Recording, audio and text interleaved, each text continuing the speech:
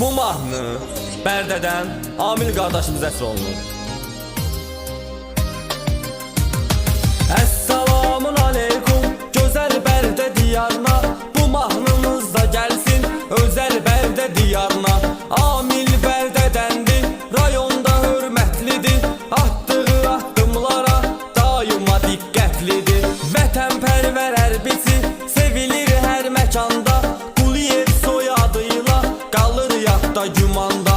Mətləb oğlu adıyla hamı tanıyır qardaşı, fəxr edirlər onunla atdığı addım başı.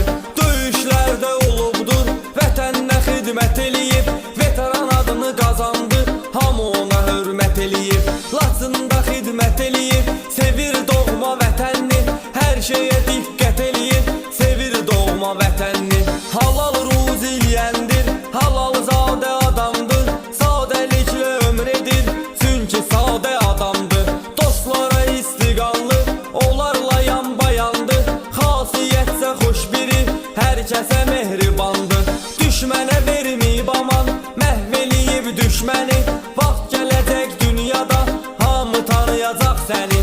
Səni tanıyanlar bilir, dəyərlisən dəyərli, hər bir işdə hər zaman hünərlisən hünərli. Tərifə ehtiyac yox, hamı bələddir sənə, adın qürurdur sənin doğma Bərdə məskənə. Ləyaqətli adamsan, şərafətli adamsan, ədalətli oğulsan, cəsarətli adamsan. Sevib hərbi peşəsini, layiqli xidmət elədin, ta ki uşaqlığından bu işə cəsarət elədin.